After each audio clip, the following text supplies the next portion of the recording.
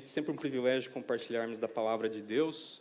Peço que você já, por favor, abra a sua Bíblia lá no Salmo de número 3, Salmo de Davi, um salmo davídico, Salmo de número 3.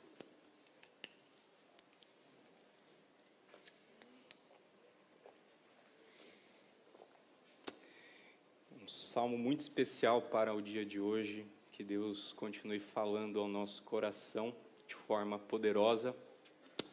E nós temos meditado nesse mês de agosto numa série de mensagens intitulada Marcas de um Coração Ferido. Uma das marcas talvez que tenha ou que esteja atrapalhando a nossa caminhada aqui nessa terra, pode ser que o seu coração esteja marcado pelo medo.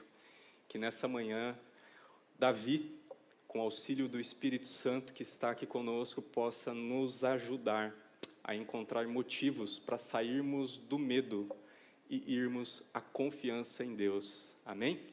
Vamos ler Salmo de número 3? Senhor, como tem crescido o número dos meus adversários, são numerosos os que se levantam contra mim. São muitos os que dizem de mim, não há em Deus salvação para ele. Porém, tu, Senhor, és o meu escudo, és a minha glória e o que exaltas a minha cabeça. Com a minha voz clamo ao Senhor, e ele no seu santo monte me responde. Deito-me e pego no sono, acordo porque o Senhor me sustenta. Não tenho medo de milhares do povo que tomam posição contra mim de todos os lados. Levanta-te, Senhor, salva-me, meu Deus, pois feres nos queixos a todos os meus inimigos e aos ímpios quebras os dentes. Do Senhor é a salvação e sobre o teu povo a tua bênção. Até aqui. Amém. Nós temos nesse salmo, um contexto muito especial. Ele foi escrito numa situação muito difícil. Se você ler ali o título que este salmo tem, diz Salmo de Davi, quando fugia de Absalão, seu filho. Davi, servo de Deus, homem segundo o coração de Deus, homem cujo título possui todas essas características, mas que a história não esconde as suas falhas, os seus pecados. Um grande rei, o maior rei da história de Israel, que foi levantado por Deus para expandir o território, para que a promessa de Deus se concretizasse, a promessa da terra. Um homem usado por Deus, onde a economia nos tempos dele era próspera. Israel viveu uma era de ouro nos tempos de Davi. Israel viveu uma situação muito boa, onde os seus exércitos eram exércitos poderosos, as nações temiam Israel. E agora, o texto que nós lemos nos diz que ele foi escrito numa época muito difícil da vida de Davi. Num período onde ele enfrentou a conspiração, a traição de muitos que estavam ao seu lado. E, no mais doloroso para um pai, o seu próprio filho se voltou contra ele, Absalão. E essa história está registrada no segundo livro do profeta Samuel, ali a partir do capítulo 15. Se você ler, você vai entender todo o contexto de forma completa. E você vai perceber que Absalão, que havia matado uma pessoa, que havia abusado de sua irmã, que havia sido excluído da presença do palácio, da presença do rei, tirado da terra da cidade de Jerusalém e mandado embora para uma cidade distante, ele começa a novamente cavar o seu retorno para o palácio. E aí esse retorno vai se desenrolando, ele vai se relacionando com pessoas, pessoas vão o ajudando perante Davi, e ele consegue então voltar para Jerusalém. Passa-se 1 ano, 2 anos, ele está lá em Jerusalém, e ele consegue ali novamente cavar o seu lugar dentro do palácio, à mesa do rei, e novamente ele está lá, onde o poder governa nos bastidores do governo de Israel. E ali, diante disso, ele começa a conspirar, a tramar, para que ele tomasse o poder, para que ele tomasse o reino do seu pai. Então ele começa a se colocar na entrada da cidade, quando as pessoas vinham até Jerusalém para trazer os seus pedidos, as suas causas, para serem julgadas diante do rei.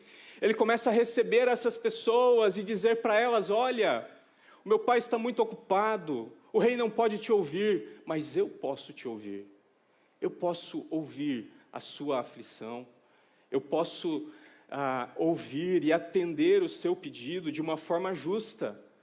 O rei está muito ocupado, mas eu posso te dar atenção. E ele começa a se relacionar e a conspirar de uma forma que ele vai ganhando a confiança do povo, passo a passo, uma estratégia traçada no seu coração maligno. E diz o texto lá em 2 Samuel, que ele conseguiu juntar muitos aliados, inclusive muitos conselheiros do rei, passaram agora a apoiar Absalão. E depois de conquistar 50 soldados, a aumentar o número dos seus aliados, ele marcha para uma outra cidade e reúne lá uma grandiosa multidão. Todo Israel é convocado e muitos, mas muitos vão até lá. E a notícia chega até Davi e Davi percebe que então ele está perdido. E para não entrar em guerra com o seu próprio filho, ele pega os seus chegados, os seus aliados que restaram, e o resto de sua casa, e numa marcha dolorosa, numa marcha muito triste, uma marcha fúnebre, ele começa a sair de Jerusalém. E quando ele está saindo de Jerusalém, se dirigindo ao deserto, pessoas se aproximam dele, não para acolhê-lo. Um dos homens que aparece nessa história é um tal de Simei, parente do rei Saul. E esse homem se aproxima de Davi, vendo a desgraça que se abateu sobre ele, sobre a sua casa, e começa então a praguejar, a amaldiçoar Davi. E se não bastasse isso, ele começa a recolher terra e pedras do chão, e à medida que Davi vai caminhando, o grande e poderoso rei, esse homem começa a atirar terra e pedras no rei, até o ponto de que um dos seus soldados, um dos seus guardas, diz para Davi: quem que é esse cão morto para fazer isso para você? Me dá a ordem, e eu corto a cabeça desse cidadão agora. Então Davi diz: olha, o Deus que tem conduzido a minha vida e os meus passos levantou esse homem para me amaldiçoar. Se ele está fazendo isso, é porque Deus quis que ele fizesse. Por quê? Porque Davi sabia que a vida dele, sempre, em todo momento, em cada segundo, estava nas mãos de Deus. O seu destino nunca escapuliu das mãos de Deus. Então ele reconhecia que quer o bem ou o mal viesse até si, ele poderia continuar confiando em Deus, que Deus tinha os seus propósitos, que no momento certo, esse mesmo Deus que permitiu que isso acontecesse, esse mesmo Deus exaltaria sua cabeça, colocaria ele no lugar que lhe é devido, restauraria a sua casa, seu palácio, o seu trono. Ele confiava em Deus. Mas quando nós estamos diante de crises como essa, lares desestruturados, crise no casamento, crise no trabalho, a economia ao nosso redor parece que não vai bem, que não conspira ao nosso favor. Nós vivemos situações onde talvez o medo de um diagnóstico sobrevém sobre nós. O que fazer? O que nós fazemos diante da crise, diante do medo?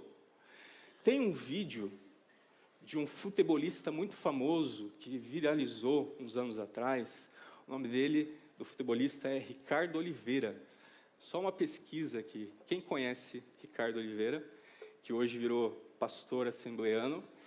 Tem um vídeo dele que viralizou uma época atrás, que era uma pregação dele, onde ele dizia assim: olha, se disseram para você que a vida do crente, do cristão, é só vitória, disseram, não disseram?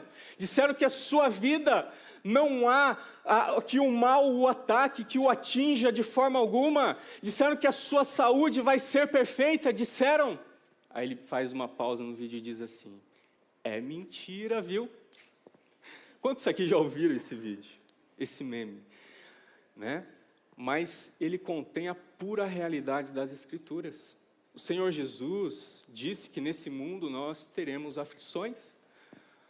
Se nós pudéssemos escrever nos nossos dias de hoje, ele diria a mesma coisa: olha, nesse mundo a gente vai enfrentar crises, dificuldades, onde o medo toma conta do nosso coração às vezes. Mas ele diz: aguentem firme, pois eu sou contigo, eu estarei com vocês, agora e para depois dessa vida, numa eternidade ao seu lado. Gente, quando Davi, diante dessa situação, onde o seu filho havia conquistado a confiança, havia ali usurpado, numa tentativa de usurpar o seu trono, esse filho que era bem relacionado, que era intencional nas suas atitudes, esse filho que havia tramado uma conspiração, e que o texto nos diz que ele era muito bonito, ele era um rapaz muito belo. E o texto lá de Samuel, capítulo 15, no início, diz que ele ganhava a confiança das pessoas pelo seu jeito, pelo seu porte, pela sua simpatia. De tão bonito que ele era, diz que o texto que olha o padrão de beleza daquela época. Disse o texto que naquela época, quando ele cortava o cabelo, que era a cada ano, a cada primavera, 2 quilos de cabelo eram removidos da sua cabeça quando ele cortava o seu cabelo. E olhando daqui da minha posição, que eu consigo enxergar assim os irmãos sentados, né? Dá para perceber que alguns entre nós não teriam esse privilégio, não é mesmo? Talvez lá no barbeiro, assim, no máximo, caiam uns fiozinhos no chão. Mas o padrão de beleza, né, era esse. Ele era, além de ter um belo porte, de ser um homem treinado na guerra, ele também era muito cabeludo. Não tinha problema de calvície, gente. Mas esse homem belo, que as pessoas enxergavam a aparência apenas, no seu coração havia maldade, havia perversidade. E ele havia agora tramado contra a vida do seu próprio pai. O que Davi faz diante disso? Esse texto que nós lemos vai nos ensinar 4 coisas que nós podemos fazer para vencermos o medo, para irmos do medo à confiança em Deus. E a primeira delas diz no verso 1 e 2 que Davi lamenta diante do Senhor: Senhor, como tem crescido o número dos meus adversários. São numerosos os que se levantam contra mim. Davi, ele lamenta a sua situação diante de Deus. E essa é uma das coisas que a gente às vezes tem mais problema aqui dentro da igreja. De incentivarmos, falo nós, pastores, líderes, de incentivarmos o povo de Deus a não esconder de Deus as suas angústias, né? Quantos aqui já participaram de um culto em que no momento inicial do culto nós dizemos assim a vocês: olha, irmãos, esse é um momento de alegria, vamos celebrar ao Senhor, como que se você tivesse com o seu coração pesado, carregado de tanta aflição, de tantas coisas que aconteceram sobre você durante a semana, durante os últimos meses, os últimos anos, chegasse aqui dentro da igreja e agora eu tenho que colocar uma máscara de alegria, porque esse é o momento de celebrarmos a Deus. Não é isso que a Bíblia ensina. A Bíblia ensina a nós rasgarmos o nosso coração diante de Deus, apresentarmos diante de Deus aquilo que toma conta da nossa alma, aquilo que está nos angustiando, aquilo que está nos tirando a paz. Portanto, um dia, se você entrar aqui com o coração angustiado, fale a Deus. Deus, eu estou aqui para te adorar, porque eu te conheço, eu sei o quanto tu és bom, mas o meu coração está pesado.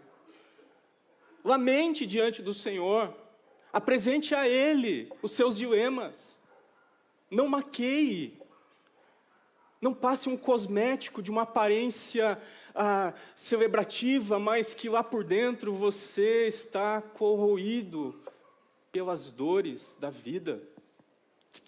A primeira coisa que nós devemos fazer é lamentar, gente, ao Senhor, quando nós estamos passando por aflição. E aqui é um grande problema para a nossa sociedade nos dias de hoje, não é? Porque todos nós, ou já fizemos alguma vez na vida, ou já enxergamos pessoas postando nas redes sociais as suas lamúrias, os seus problemas, não é mesmo? Todos nós já fizemos ou já vimos pessoas se lamentando muito pelos seus problemas que são reais, que são, sim, motivos reais de nós termos compaixão por elas, mas lamentando para o seu amigo, lamentando para o seu colega de trabalho, lamentando para o seu patrão, lamentando para o amigo da faculdade, e não falam para Deus. Davi nos ensina que para nós sairmos do medo à confiança, nós precisamos lamentar os nossos dilemas para aquele que nos ouve, para aquele que pode resolver a nossa causa, para aquele de quem nós esperamos a salvação, naquele em quem nós nos refugiamos, o nosso Deus. Portanto, meu irmão, minha irmã, não esconda o teu coração, não esconda os problemas e o peso da vida que eu e você carregamos, mas lamente para a pessoa certa, lamente para Deus, fale para Deus o que se passa na tua alma. E aí, grandes são os meus adversários, eles até zombavam de Davi, não há em Deus salvação para ele.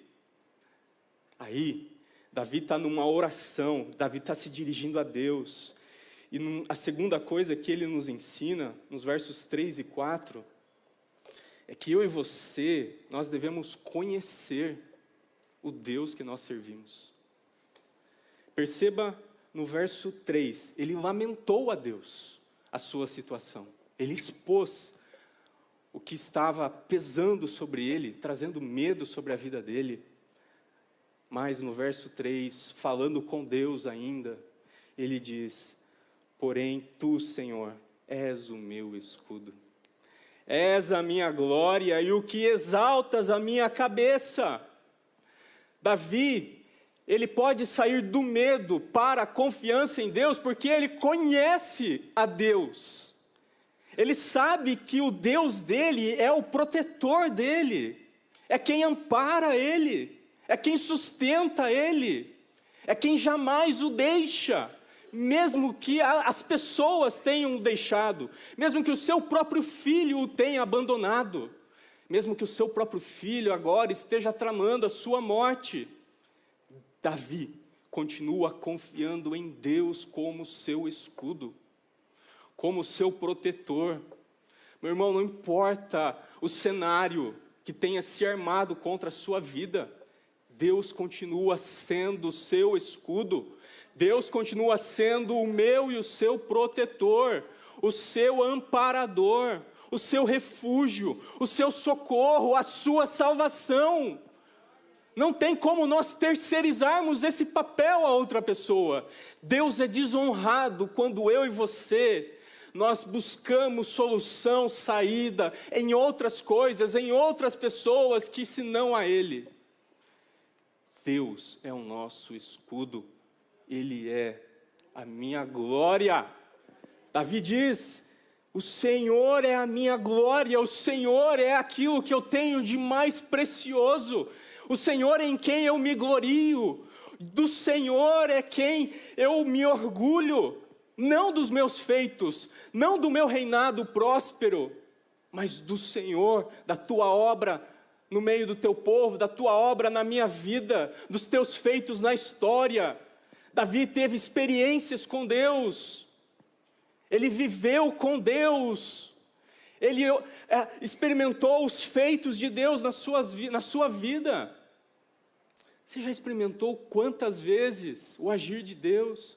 Nós testemunhamos aqui, na hora da oração, o pastor Júnior se lembrou aqui da nossa querida irmã, a tia Neia.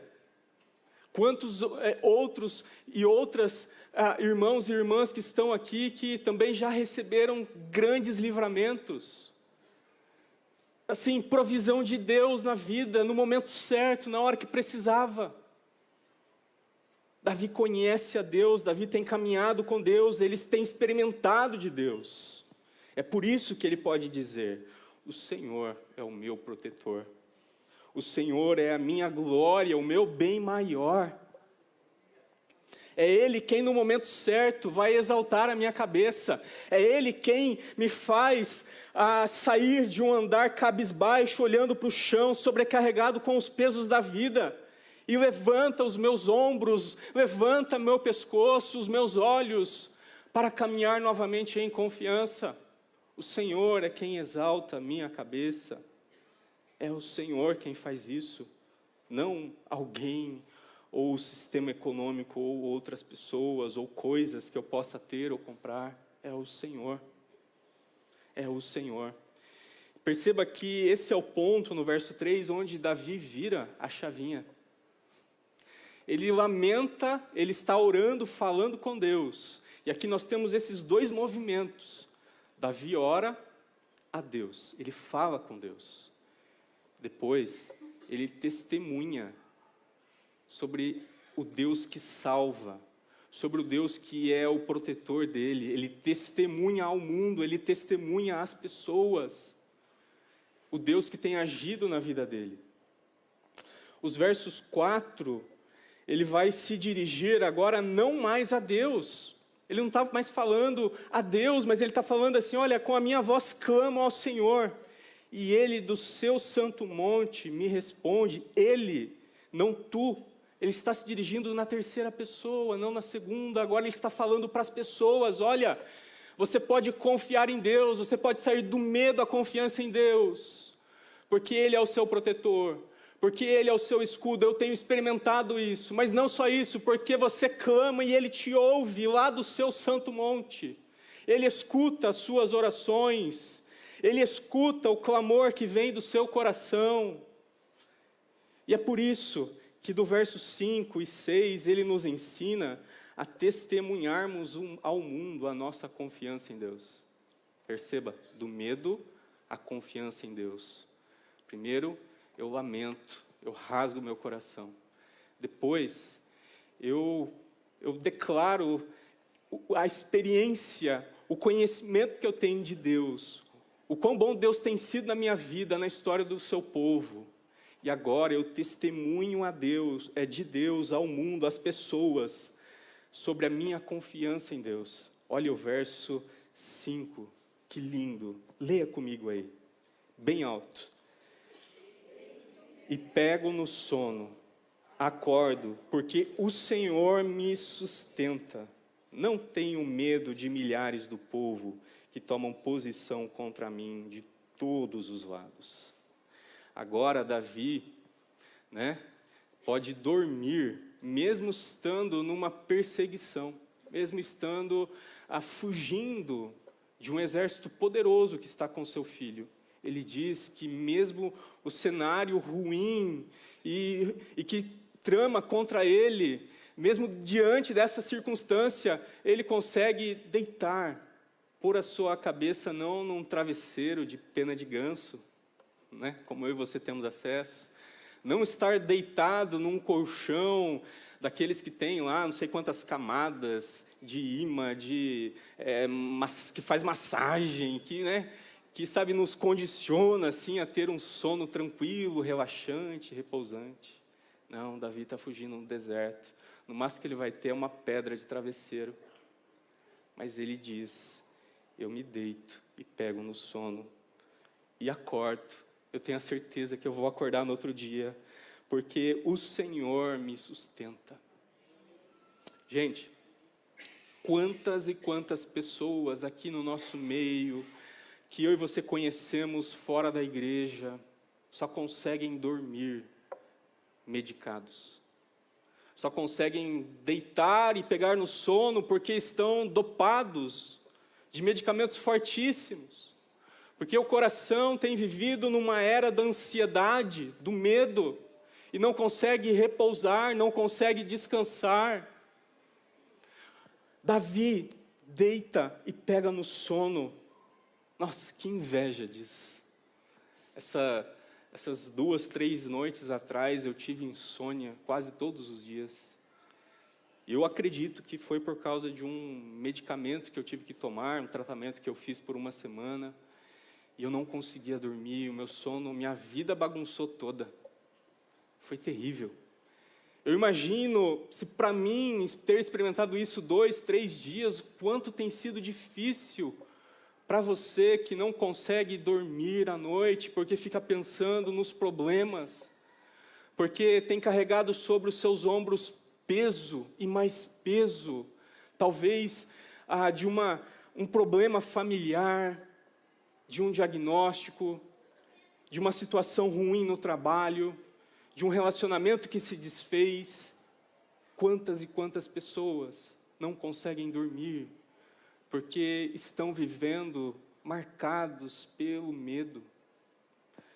Mas Deus, através da sua palavra, nos convida a deitar e dormir, porque amanhã é um novo dia, porque amanhã o dia vai raiar, porque amanhã o Senhor tem novas coisas preparado para mim e para você, porque amanhã eu posso continuar confiando que o Senhor que sustentou a minha jornada até aqui, vai continuar a sustentar amanhã também, e depois de amanhã.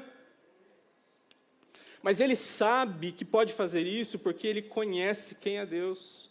Deus é o escudo dele. Ele não precisa se basear em estratégias militares. Ele não precisa aqui depositar sua confiança na quantidade de soldados que ele tem ao seu dispor. No cenário ali geográfico, onde ele poderia armar uma emboscada e com um número reduzido de soldados vencer o exército sobre a liderança do seu filho. Não, ele confia em Deus, e é por isso que ele deita e pega no sono. Eu me lembro que certa vez eu também deixei de confiar em Deus, e isso foi logo na preparação da minha ida para o seminário. Eu me lembro de muitas coisas precisarem assim, se arranjar para que eu fosse para o seminário em 2019. E essa preparação começou lá no final de 2017, se estendeu durante o ano inteiro de 2018, porque eu comecei o seminário em 2019 e terminei ano passado. E eu me lembro depois de todas as coisas que precisavam, que eu enxergava como uma solução impossível. Eu falava assim, se isso aqui se resolver, Deus está me chamando para ser pastor, para ir para o seminário. E aí as coisas iam caminhando e se resolviam. E aí a minha fé ia aumentando, a minha confiança ia aumentando. Mas eu me lembro, depois de todas as coisas estarem certas aqui com a igreja, com o conselho, de já ter conversado na minha casa, com a minha mãe, com quem eu vivo, e ela ter entendido, me apoiado e orado junto comigo por isso. Eu lembro de um determinado momento, em outubro de 2018, assim, alguns meses antes de iniciar o seminário, de algo acontecer, né? Algo fora, né, do planejado acontecer. E aquilo veio como uma bomba, assim, e eu imaginei que, poxa vida, não vai dar certo. E naquele momento, a minha confiança em Deus foi abalada, ao ponto de um irmão perguntar para mim assim, mas você ainda tem convicção do seu chamado? Eu falei assim para ele assim, olha, no momento eu não tenho. Eu falei assim para ele assim, eu vou orar a Deus, porque eu preciso hoje que Deus grite para mim. Eu preciso que Deus fale muito alto para mim, porque eu não estou conseguindo ouvir, mas eu não sei se é isso que Deus quer para a minha vida. Eu não sei se é esse caminho que eu tenho que trilhar. Eu acho que eu ouvi errado, não é possível. E eu fechei a porta do meu quarto e eu orei a Deus, com o coração desesperado, sem ter a direção de nada. Isso foi na segunda-feira à noite. Quando foi quarta-feira, eu ainda estava muito incrédulo, muito duvidoso. E por volta da saída do meu trabalho, eu recebo uma mensagem no WhatsApp, uma mensagem daquelas inesperadas, dizendo, olha, basicamente assim, teu problema foi resolvido, deu tudo certo. E naquele momento eu comecei a chorar, gente, porque é nesses momentos que a nossa confiança em Deus é restabelecida. É nesses momentos que nós experimentamos Deus, o agir dele sobre nós, o cuidado, o sustentar dele. Se Deus falasse que não era isso, para mim estava tudo certo. Se Deus falasse para mim assim, não quero que você seja pastor, você vai voltar para o seu trabalho, você vai fazer isso, aquilo, está tudo certo. Se Deus ficasse em silêncio, eu ia entender que não era esse o caminho mais que Ele queria para mim, que realmente eu tinha entendido errado. Mas não, Deus falou. Deus continua falando hoje. Coloque diante de Deus, lamente a Ele, fale para Ele o que tem afligido o seu coração. E saia do medo para a certeza, para a confiança nele, que Ele tem sustentado, que Ele tem te protegido, que Ele é o único e o mais precioso bem que você pode ter na sua vida. É muito interessante porque quando Davi fala sobre Deus, ele se lembra do Deus da aliança. Não sei se vocês já repararam que na Bíblia de vocês, como na minha, às vezes a palavra Senhor, ela aparece só a primeira letra maiúscula, o resto em minúsculo, ou às vezes aparece tudo em caixa alta, né? Se você olhar, ele começa a oração Senhor, em caixa alta. Depois ele fala, porém tu, Senhor, em caixa alta, és o meu escudo. E ele fala assim, deito-me e pego no sono, acordo, porque o Senhor, em caixa alta, me sustenta. Ele fala assim, levanta-te, Senhor, em caixa alta, e salva-me, Deus meu. E ele fala que do Senhor, no verso 8, em caixa alta, é a salvação. Esse destaque em caixa alta é porque na Bíblia hebraica, o nome de Deus, que está escrito aqui, que é usado aqui, é Yahvé, ou no nosso comum vocabulário aqui, Javé, Jeová, o nome impronunciável de Deus, o nome que sempre está associado ao pacto, à aliança que Deus firmou com o seu povo, que Deus firmou com os seus servos, que Deus firmou com a sua igreja.